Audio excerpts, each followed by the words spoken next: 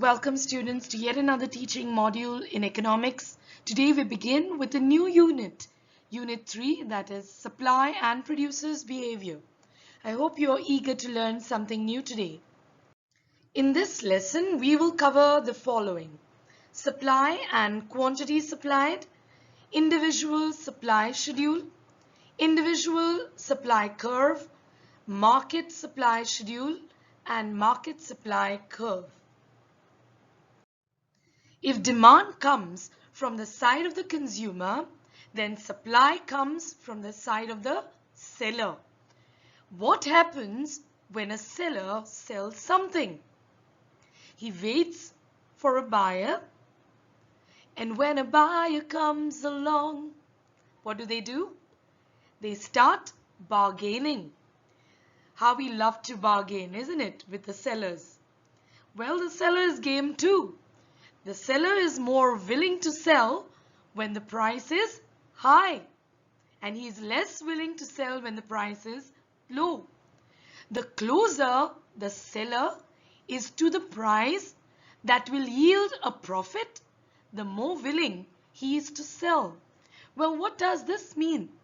In his mind, the seller has a certain set price that he wants you to pay.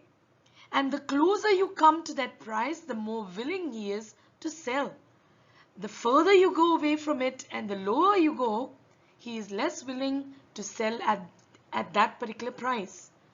So he has a price in mind which will get him the profit he desires. Whenever we really want to get into the mind of a particular person, it is better to put ourselves in that person's place, right?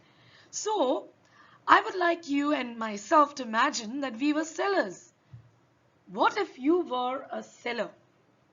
Well, the first thing you would do is offer something for sale, right? And once you would offer something for sale, you know how much you paid to buy that, and so how much you want to sell it at, and you know how much profit you want to make. So in your mind, you know that you have a particular price that you want to sell it at, and that price in your mind is called the reservation price. You will definitely not go below the reservation price, because at the reservation price you will make a certain level of profit that you want, so that you can not only cover the cost at which you procured or bought, but you will also make a considerable amount of profit. So the next thing you are thinking of, and the most important thing actually, is, will I make a profit? Well, if you are happy with the price, then you will, and you have thought that you are going to make a profit, then you will be ready to offer it for sale, and that is what we call as supply. What is supply? Well, it refers to the entire schedule or table showing various quantities of the commodity offered by a seller or firm for sale at various possible prices of the commodity. For example, a producer supplies 2 units at rupees 10 per unit and 4 units at rupees 15 per unit. What is supply therefore?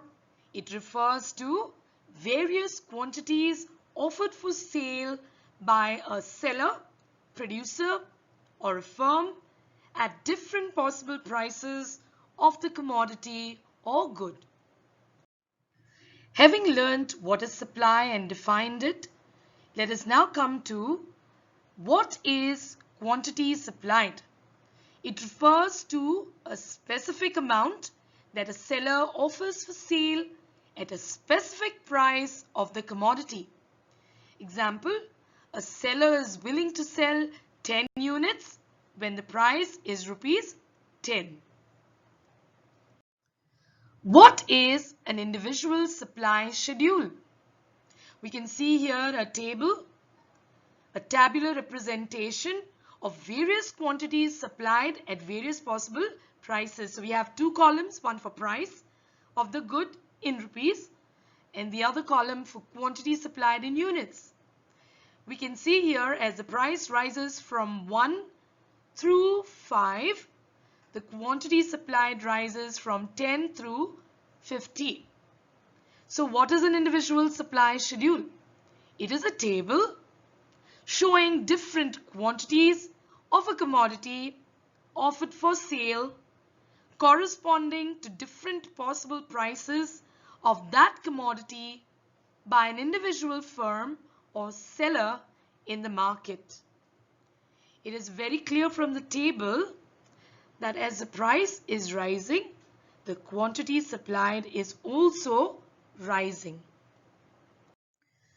As you can see in this slide, we have translated the individual supply schedule or table in the form of a graph or a diagram. We have plotted the values which we see in the schedule onto this graph. So at price rupees 1, 10 units are supplied.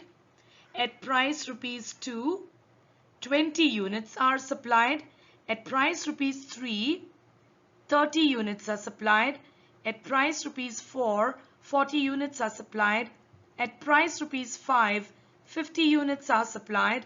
And at price rupees 6, it would go on, 60 units would be supplied. If we join all these points that we see here, we will derive the supply curve and we call it SS. So SS is the individual supply curve. We have plotted, obviously we have plotted price on the y-axis and we have plotted quantity supplied on the x-axis. We clearly see here that as price rises, the quantity supplied also rises. And we see something different happening here. We see that this particular curve, SS, is sloping upwards from left to right. So that would be the left of the diagram. This one would be the right. So what do you see here? The supply curve is sloping upwards from left to right, and this reflects the positive relation between price and quantity supplied. Let us now define the individual supply curve. What is an individual supply curve? It is a curve showing different quantities of a commodity that one particular firm is ready to sell or offers for sale at different possible prices of the commodity at a point of time. Having studied what is the individual supply schedule and individual supply curve, let us now move on to learning what is a market supply schedule. It is a table showing different quantities of a commodity that all sellers in the market are ready to sell at different possible prices of the commodity at a point of time. It is a tabular representation of the total quantity of a commodity supplied by all firms at different prices. So you see, when we discussed the individual supply schedule and curve, we spoke about one individual seller, whereas in the case of market supply, we are talking about all sellers in a particular market setup. We're talking about all firms in a particular industry. Here is an illustration of the market supply schedule.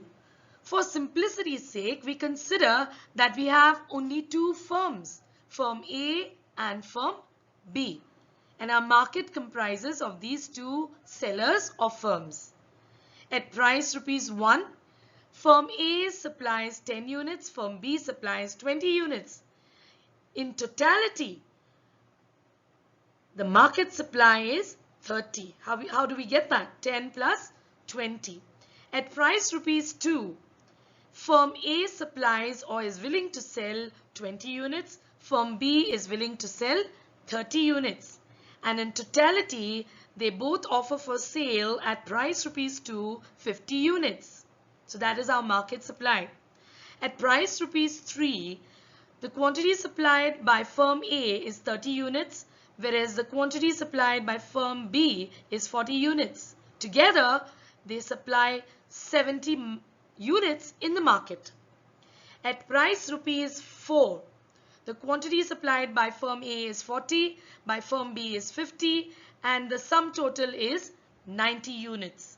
At price rupees 5, firm A supplies 50 units and firm B supplies 60 units. Together, they supply 110 units. So we see, just as in the case of individual firms, with the rise in price, the quantity supplied also rises, and therefore for market supply as well, it is true that as the price rises from 1 to 5, the quantity supplied also rises along with it, from 30 through 110. Now let us move on to study what is a market supply curve. It is a horizontal summation of all individual supply curves, or it is a graphical representation of the market supply schedule. It shows various quantities of the commodity that all sellers in the market are ready to sell at different possible prices of a commodity at a point of time. Since we're talking about the market supply curve, we refer to it as a graphical representation of the market supply schedule that we saw in the previous slide. Let us move on. We have just defined the market supply curve to be a horizontal summation of individual supply curves. Well, let us see that coming to be true when we look at the illustration of the market supply curve along with the individual supply curves. Let us look at it this way. At price rupees 3, the quantity supplied by seller A is 30 units. Whereas at price 3, the quantity supplied by seller B is 40 units. Together, at price 3, they supply 70 units. So see, the market supply curve is a horizontal summation, isn't it? Here we had at price 3, 30, and here we have in the next curve at price 3, 40. What is 30 plus 40? 70. So that is why it is said it is a horizontal summation of the individual supply curves. We can try with price 1. At price 1, the quantity supplied by firm A is 10 units. At price 1, the quantity supplied by firm B is 20 units. Together 10 plus 20 makes 30. So at price rupees 1, the market supplies 30 units. You can try that for price rupees 5. The supplier A supplies 50 units. At the same price rupees 5, the other supplier B supplies 60 units. Together at price rupees 5, they supply 110 units. So you see, we proved that yes, the market supply curve is a horizontal summation of all individual supply curves. So you see, just like in the case of individual supply curve, the market supply curve also slopes upwards from left to right, showing the direct or positive relationship between price and quantity supplied. We saw very clearly in the case of the individual supply schedule and curve and the market supply schedule and curve that there is a direct relationship or a positive relationship between price and quantity supplied. Why do we say that? Because as price rises, quantity supplied also rises. As price falls, quantity supplied will also fall, because the supplier or suppliers intend to make higher profits, and that they can do when they sell at a higher price. Children, we have now come to the end of this teaching module. In this lesson, we have learned about supply and quantity supplied. We've learned about individual supply schedule and curve, And we have learned about the market supply schedule and curve. So students, I guess you have understood one thing. Just as we studied the chapter demand from the side of the consumer or buyer, we have now begun to study the mindset and how a supplier or producer would behave. Alright, so we have begun with a new chapter, and from here on we are going to look at the producer's side of the story. I hope you enjoyed this learning module. I want you to revise and study well.